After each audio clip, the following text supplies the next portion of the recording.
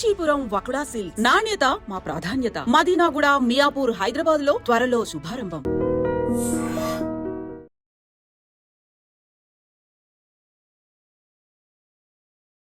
Hi, welcome to iTrip.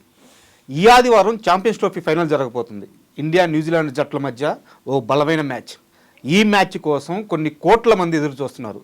ఈ లోపలే ఏ team గెలవబోతుంది, ఏ team ఓడిపోతుంది, ఎవరు ఎక్కువ పరుగులు చేస్తారు, ఇలాంటి అన్ని విశ్లేషణలు ఈ మ్యాచ్ చుట్టూ జరుగుతున్నాయి. దాని గురించి మాట్లాడడానికి చాణక్య మనతో ఉన్నారు. ఆయన అడిగా మ్యాచ్ విశేషాలు తెలుసుకుందాం. హాయ్ చాణక్య గారు. హాయ్ రాజా బ్రో. ఫైనల్ మ్యాచ్ సండే, ఎంత ఈగర్గా వెయిట్ చేస్తున్నారు? చాలా ఈగర్గా వెయిట్ చేస్తున్నాము. న్యూజిలాండ్ టీంకి అయితే మనం ఇవ్వాల్సినవి చాలా బాకీ ఉన్నాయి. ఒకటి కాదు, రెండు కాదు, ఇట్లా చెప్పుకుంటూ పోతే చాలా ఉన్నాయి. అంటే మెయిన్గా మన ప్రత్యర్థి న్యూజిలాండ్ అయితే బాగుంటుంది అని మనం ప్రీవియస్ వీడియోలో మనం మాట్లాడుకున్నాం. మీరు అన్నారు అన్నమాట. దానికి తగ్గట్టే మరి వచ్చేసారు న్యూజిలాండ్ వాళ్ళు. అండ్ వాళ్ళు ప్రీవియస్గా మరి సెమీఫైనల్లో సౌత్ ఆఫ్రికాతో ఆడిన గేమ్ ప్లాన్ అని కానీ చూస్తే కొంచెం దెబ్బతిన్న సింహాల్లాగానే అండ్ ఇండియా మీద ఓడిపోయారు. సో మిగతా ఏ మ్యాచ్లు ఓడిపోలేదు, ఇండియా మీద ఓడిపోయారు. కాబట్టి ఆ పగ ప్రతీకారం ఏదైతే ఉందో సౌత్ ఆఫ్రికా మీద తీర్చుకున్నారు, ఓకే. కానీ ఇప్పుడు ఫైనల్ మాత్రం కంప్లీట్. సో వాళ్ళు అనుకున్న ప్లాన్స్ కానీ కంప్లీట్ ఒక డిఫరెంట్ గేమ్ ప్లాన్తో రావాలి. కానీ ఆ డిఫరెంట్ గేమ్ ప్లాన్ అది కూడా పాకిస్తాన్లో కాదు, ఇప్పుడు జరగబోయేది దుబాయ్లో. కానీ ఇక్కడ మాత్రం న్యూజిలాండ్ టీంకి ఒక అడ్వాంటేజ్ అనేది కూడా ఉంది. ఇదే వేదికగా మరి అయితే గ్రూప్ స్టేజ్లో న్యూజిలాండ్ టీం ఇండియాతో ఒక మ్యాచ్ అనేది కూడా ఆడింది, అందులో ఓడిపోయింది. అండ్ ఇండియన్ టీం వీక్నెస్ ఏంటి, అండ్ ఆ గ్రౌండ్ యొక్క డైమెన్షన్స్ ఎలా ఉంటాయి, ఆ గ్రౌండ్లో సిచ్యువేషన్ తగ్గట్టు ఎలా ఆడాలి ఏంటి అనేది కూడా న్యూజిలాండ్కి ఒక ఐడియా వచ్చింటుంది. ఆల్రెడీ మ్యాచ్ ఆడింది కదా. కాబట్టి ఇప్పుడు ఇండియన్ టీం మాత్రం సో రెగ్యులర్గా వెళ్తున్న ప్లాన్ కానీ సో అలా మాత్రం వెళ్ళకూడదు, ఒక డిఫరెంట్ గేమ్ ప్లాన్తో రావాలి.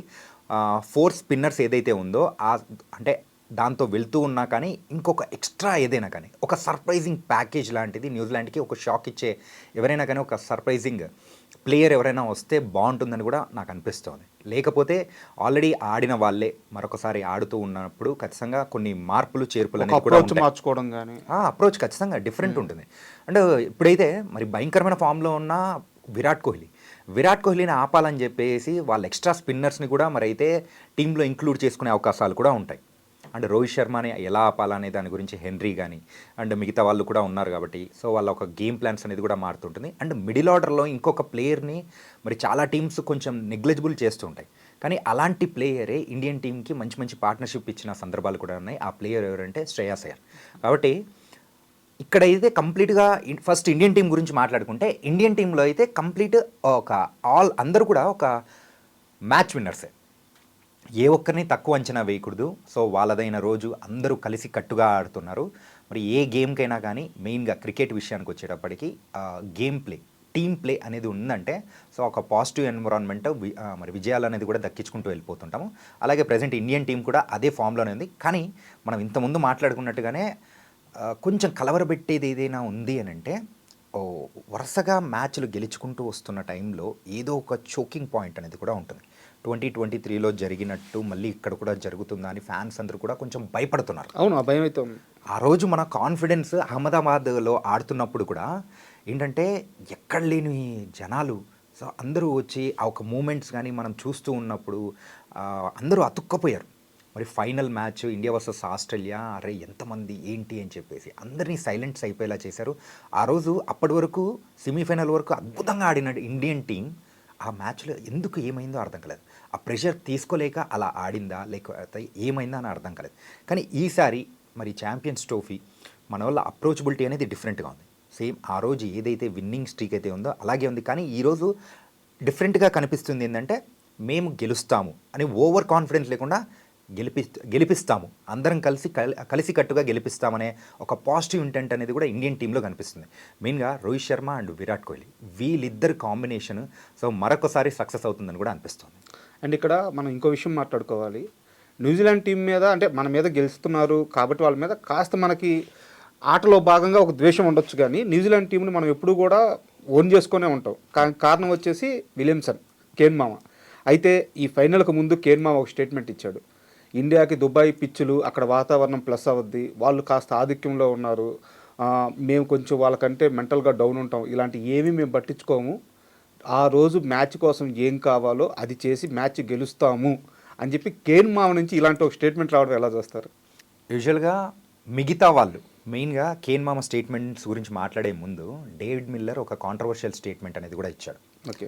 సో ఆ స్టేట్మెంట్ని కాంట్రడిక్ట్ చేస్తూ ఇక్కడైతే విలియమ్సన్ అలా లేదు, మేము మ్యాచ్ విన్నర్స్గా మేము అడుగు పెడతాము, గెలుస్తామనే ఒక పాజిటివ్ ఇంటెంట్ ఏంటంటే మెయిన్గా అక్కడ సౌత్ ఆఫ్రికాకు వచ్చిన ఒక జస్ట్ డిసడ్వాంటేజ్ అక్కడ డేవిడ్ మిల్లర్ మరి మాట్లాడిన సందర్భం ఏంటంటే అక్కడ మ్యాచెస్ అయిపోయిన తర్వాత పాకిస్తాన్లో మ్యాచెస్ అయిపోయిన తర్వాత south Africa and Australian team రెండు కూడా దుబాయ్కి వచ్చి ఇక్కడైతే ఎవరు మనతో ఆడతారని చెప్పేసి వెయిట్ చేస్తున్న సందర్భంలో ఒక టీం అయితే సౌత్ ఆఫ్రికన్ టీం మళ్ళీ రిటర్న్ వెళ్ళిపోయింది.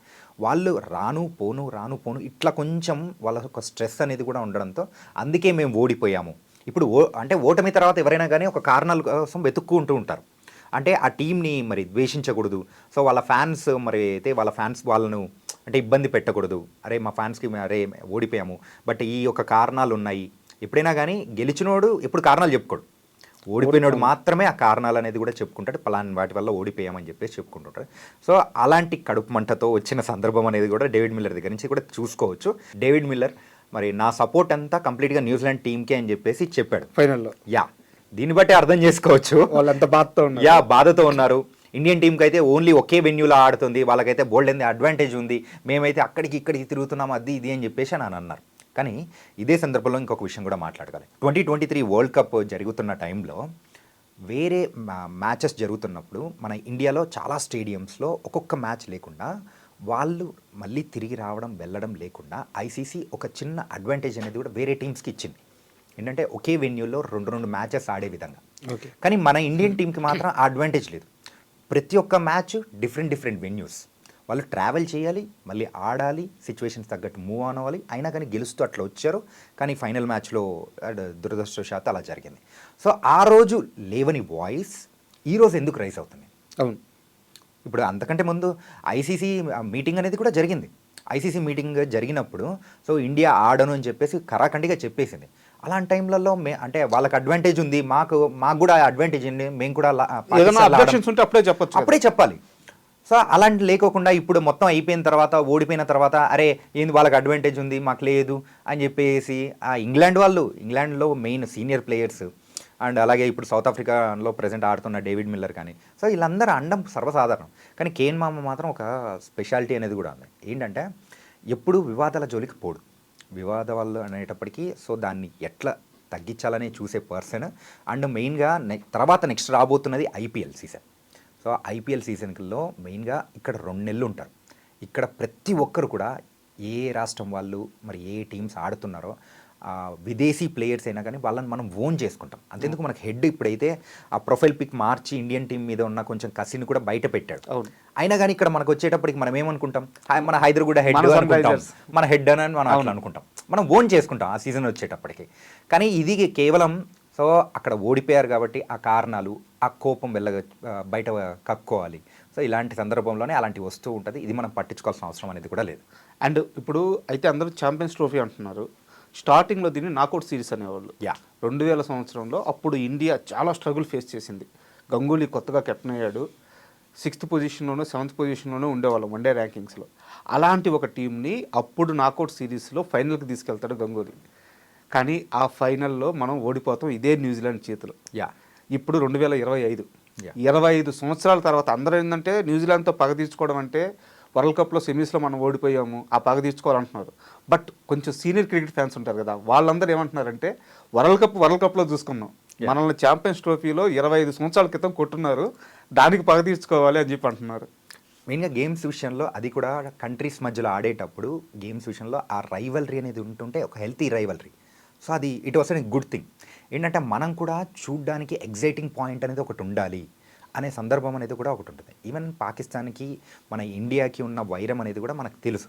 ఏంటంటే అది కూడా సో పొలిటికల్ జియోగ్రఫికల్ దాని పరంగా ఉన్న విషయాలు కాబట్టి మనం కూడా ఆ 2 టీమ్స్ మధ్యలో జరిగే మ్యాచెస్ ఏదైనా ఉన్నప్పుడు కూడా వేరే దేశాల వాళ్ళు కూడా చాలా ఇంట్రెస్ట్గా చూస్తూ ఉంటారు. అది ఈ 2 మ్యాచ్ అంటే ఈ మ్యాచ్ మనం చూడాలి అని మన వాళ్ళే కాకుండా వాళ్ళు కూడా ఎంతో ఇంట్రెస్టింగ్ చూస్తారు.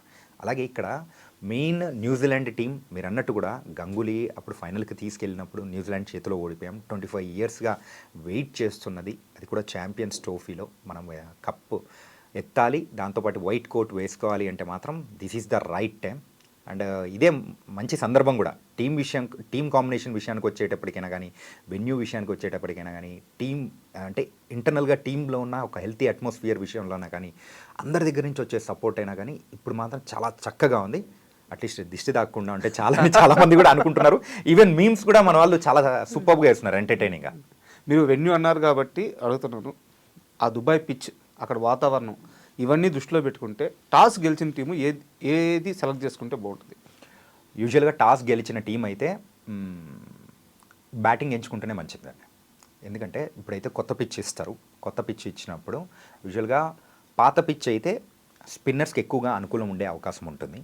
కానీ ఇక్కడ కొత్త పిచ్ వచ్చేటప్పటికి పేసర్స్కి అనుకూలంగా ఉంటుంది, అలాగే స్పిన్నర్స్ కొంచెం ఎక్కువ కష్టపడాలి. సో ఇద్దరు అంటే బౌలర్స్కి కొంచెం హెల్ప్ అనేది దొరకచ్చు. కానీ ఎప్పుడైనా కానీ దుబాయ్ పిచ్ అక్కడ ఉన్న కండిషన్స్ ప్రకారం మెయిన్గా చాలా జాగ్రత్తగా చూసుకొని ఆడాలి.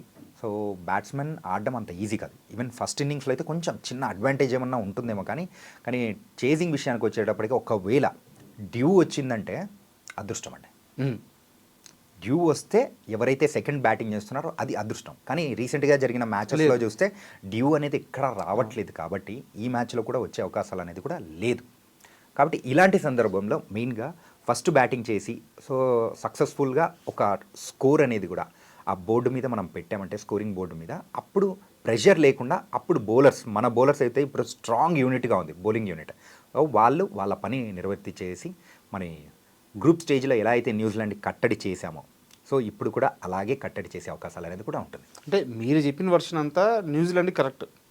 అంటే న్యూజిలాండ్ ఒకవేళ వాళ్ళు ఫస్ట్ బ్యాటింగ్ చేస్తున్నా అది ఓకే, కాకపోతే ఇక్కడ ఒక సమస్య ఉంది. ఒకవేళ ఇండియాకి చేజింగ్ ఇస్తే వాళ్ళు, ఇక్కడ కోహ్లీ ఉన్నాడు, చేజ్ మాస్టర్ ఉన్నాడు. సో న్యూజిలాండ్ టీం ఆ డిసిషన్ తీసుకోకపోవచ్చు కదా? ఖచ్చితంగా తీసుకోకపోవచ్చు. ఎందుకంటే చేజింగ్ విషయం అని వచ్చేటప్పటికి కోహ్లీకి మాత్రం ఒక పూనకాలు వచ్చేస్తుంటుంది. అండ్ ఈవెన్ చేజ్ మాస్టర్ మన దగ్గర ఉన్నాడని చెప్పేసి ఒక బ్యాట్స్మెన్స్లో కూడా ఒక కాన్ఫిడెన్స్ వచ్చేస్తూ ఉంటుంది.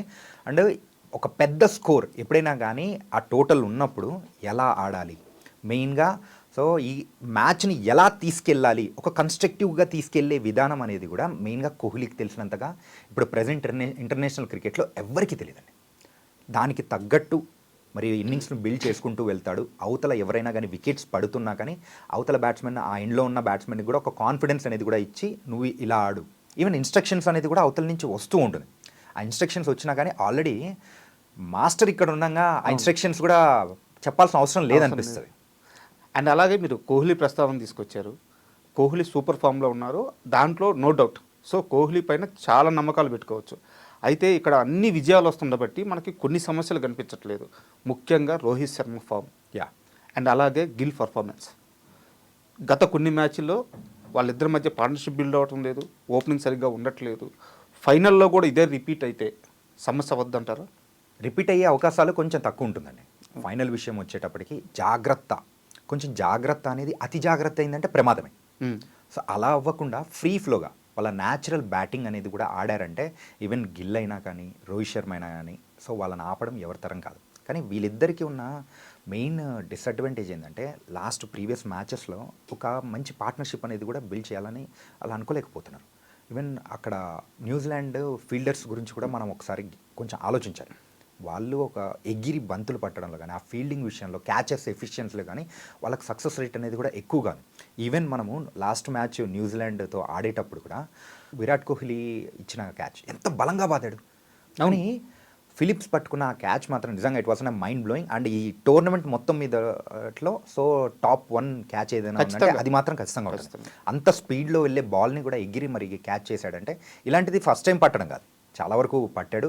అండ్ తనతో పాటు కూడా ఈవెన్ మిగతా ఫీల్డర్స్ ఎవరైతే ఉన్నారో, ఈవెన్ కేన్ విలియమ్స్ కూడా అద్భుతమైన క్యాచెస్ అనేది కూడా పడుతున్నారు. సో అలాంటి అప్రోచబిలిటీ ఉంది కాబట్టి ఒకసారి ఈవెన్ రోహిత్ శర్మ అయినా కానీ గిల్ అయినా కానీ ఎక్కువగా గాల్లో లేపకుండా బంతులు అనేది కూడా so to the ground, on the ground ఆడే, సో ఎక్కువగా గ్యాప్స్ చూడడం కానీ, సో గ్యాప్స్ చూసి కొట్టే అవకాశాలు ఏదైనా ఉంటే బాగుంటుంది. కానీ రోహిత్ శర్మని ఒక్కసారి ఆ ఒక ఫామ్ అందుకున్నాడు అనుకోండి, తనని ఆపడం ఎవరి వల్ల కాదు. మీమ్స్లో కూడా ఇప్పుడు అందరూ ఒక నిన్నటి నుంచి నువ్వు ఒక గంట సేపు గ్రీస్లో ఉండన్నా 100 కోట్ల మంది కోరుకుంటున్నారు, గంట ఉండన్నా చాలు అంటున్నారు. 140 కోట్ల మంది కోరుకుంటారండి. ఏంటంటే ఒక గంట కాదు, ఈవెన్ ఫస్ట్ ఒక 10 overs. So Rohit Sharma wicket కానీ గిల్ వికెట్ పడకుండా వాళ్ళిద్దరు క్రీజ్లో ఉన్నారంటే వాళ్ళని ఆపడం ఎవరితరం కాదు. ఎందుకంటే మెయిన్గా వాళ్ళు స్ట్రగుల్ అయ్యేది స్టార్టింగ్ కొంచెం మాత్రమే. ఆ కొత్త న్యూ బాల్ ఎప్పుడైతే ఉంటుందో, సో ఒక 5-6 ఓవర్స్ వరకు, మెయిన్గా దుబాయ్లో ఆ 5-6 ఓవర్స్ వరకు ఆ న్యూ బాల్ ఎఫెక్టివ్నెస్ అనేది ఎక్కువగా ఉంటుంది. సో అంతవరకు వాళ్ళు నిలబడి జాగ్రత్తగా ఆడారు అంటే తర్వాత వాళ్ళని ఆపడం ఎవరితరం కాదు. జనక గారు, ఇక్కడ ఇండియన్ టీం బలాబలాలు అందరికీ తెలుసు. ఎందుకంటే మన టీము మనం చాలా మ్యాచ్లను చూస్తున్నాము, ఎవరు ఫామ్లో ఉన్నారు ఎవరు ఫామ్లో లేరు అనేది మనకు మొత్తం ఐడియా ఉంది. బట్ ఇక్కడ సమస్య ఏంటంటే న్యూజిలాండ్ టీం గురించి. వాళ్ళంతా అసలు ఫామ్ అనేది న్యూజిలాండ్ టీంలో ఎప్పుడూ ఉండదు. ఆ రోజు మ్యాచ్కి తగ్గట్టు ఆ రోజు ఎవరో ఒకరు పర్ఫార్మెన్స్ చేసేస్తారు. పర్టికులర్గా వీళ్ళే ఆడతారు, వీళ్ళే కొడతారు, వీళ్ళే స్టార్స్, అలా ఏముండదు. బ్యాటింగ్ ఆర్డర్ పై నుంచి చూసుకున్నట్టయితే కింద బ్రేస్వెల్ వరకు, లేకపోతే బౌలింగ్లో ఈవెన్ ఫిలిప్స్ కూడా వికెట్లు తీస్తాడు. సో ఆ సిచ్యువేషన్కి ఎవరు అవసరమైతే వాళ్ళు పర్ఫార్మెన్స్ చేసేస్తారు. అదే న్యూజిలాండ్ టీం స్పెషాలిటీ. ఇప్పుడు న్యూజిలాండ్ టీం బలాబలాలు ఎలా ఉన్నాయి? న్యూజిలాండ్ టీం మెయిన్గా మనము వరీ అవ్వాల్సింది రచన్ రవీంద్ర అండ్ దాంతోపాటు కూడా కేన్ విలియమ్సన్ ఫామ్. ఓకే, వాళ్ళు సెమీఫైనల్లో సౌత్ ఆఫ్రికాతో ఆడుతున్న మ్యాచ్లో కూడా ఇద్దరు సెంచరీలు సాధించారు. అంటే అందరూ అనుకుంటుంటారు, అరే వాళ్ళిద్దరు సెంచరీలు సాధించారు, వాళ్ళ స్కోర్ 360 పెట్టేశారు, ఇక్కడ కూడా పెడతారని. కానీ అక్కడ లాహోర్ స్టేడియంలో ఏదైతే మ్యాచ్ సెమీఫైనల్ మ్యాచ్ జరిగిందో, it's a completely batting Paradise. అలాంటి సందర్భంలో అక్కడ పరుగుల వరద అనేది కూడా పారుతుందని అందరికీ తెలిసిందే. కానీ coming to the Dubai pitch అలా మాత్రం కాదు. అట్లాంటప్పుడు రచిన్ రవీంద్ర మరి అయితే ఇక్కడ ఇండియన్ టీంతో ఆడేటప్పుడు మంచి ఎఫెక్టివ్గా ఉండాలి కదా. సో ఆ ఎఫెక్టివ్నెస్ కనిపించలేదు. కానీ మెయిన్గా ఇక్కడ రోహిత్ శర్మ కెప్టెన్సీ విషయానికి వచ్చేటప్పటికి ఎవరి బలం ఏంటా అనేది కూడా రోహిత్ శర్మకి చాలా చక్కగా తెలుసు. ఆ ఫీల్డింగ్ ప్లేస్మెంట్స్ ఎక్కడెక్కడ వాళ్ళకు లూప్ హోల్స్ ఉన్నాయని తెలుసు కాబట్టి దానికి తగ్గట్టు ఆ ఫీల్డింగ్ సెటప్ చేసి ఏ బౌలర్ని ఎప్పుడు తీసుకొని వస్తే వీళ్ళు స్ట్రగుల్ అవుతారు అని ఆ ఒక టెక్నిక్స్ అనేది కూడా రోహిత్ శర్మకి తెలుసు కాబట్టి ఎవరినైనా ఇబ్బంది పెట్టే అవకాశాలు అనేది కూడా ఉంటుంది. మనం మెయిన్గా ఆలోచించాల్సింది రచిన్ రవీంద్ర, విలియమ్సన్, యంగ్ను అయితే మనము కొంచెం పర్లేదు, కానీ తన గురించి కూడా మనం ఆలోచించాల్సిందే. అండ్ మెయిన్గా బౌలర్స్ విషయానికి వచ్చేటప్పటికి హెన్రీ కాకపోతే హెన్రీకి కొంచెం ఇంజురీ కన్సర్న్ ఏదో మొన్న సౌత్ ఆఫ్రికన్ మ్యాచ్లో కనపడింది. అది సీరియస్ ఇంజురీ అవ్వకపోయిండొచ్చు, బట్ ఆ షోల్డర్ ఇంజురీ ఏదో కొంచెం తనని బాధ పెడుతున్నట్టు కూడా అనిపిస్తూ ఉంది.